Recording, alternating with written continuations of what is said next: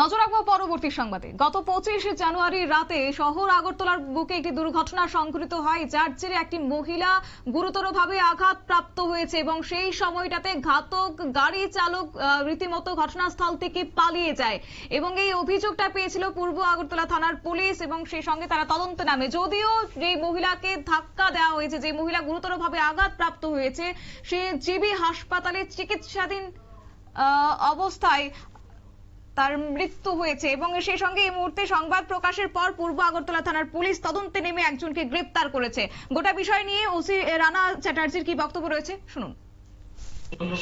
গত 25 তারিখে একটা অ্যাক্সিডেন্ট হয়েছিল।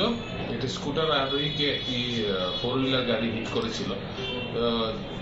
এখানে একটি মেয়ে পিলিয়ন রাইডার মৌমিতা শীল, সে গুরুতরভাবে ইনজুর্ড হয়েছিল এবং জিবি হাসপাতালে তার সে এক্সপায়ার করে আন্ডার ট্রিটমেন্ট।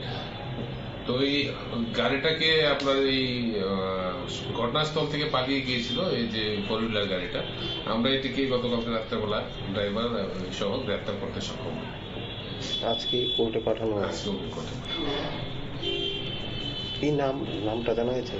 একিউজ ড্রাইভারের নাম হচ্ছে, ড্রাইভার কাম ওনার হচ্ছে মন্তুষ দেব, বাড়ি জয়নগর। আপনারা শুনলেন ওসি রানা চ্যাটার্জির বক্তব্য এবং মৃত মহিলার নাম মৌমিতা শীল, জিবি হাসপাতালে চিকিৎসাধীন অবস্থায় তার মৃত্যু হয়েছে। অন্যদিকে এই ঘটনার একটি মামলা হাতে নিয়ে তদন্ত শুরু করেছিল পূর্ব আগরতলা থানার পুলিশ এবং সেই তদন্তের পরিপ্রেক্ষিতে আজকে মন্তুষ দেব নামের সেই ঘাতক গাড়ি চালককে আটক করেছে পুলিশ এবং এই মুহূর্তে তাকে থানায় নিয়ে আনা হয়েছে, যে কথা আজকে জানিয়েছেন ওসি রানা চ্যাটার্জি। নিয়ে নিচ্ছে ছোট্ট একটি বিজ্ঞাপন বিরতির সঙ্গে থাকুন।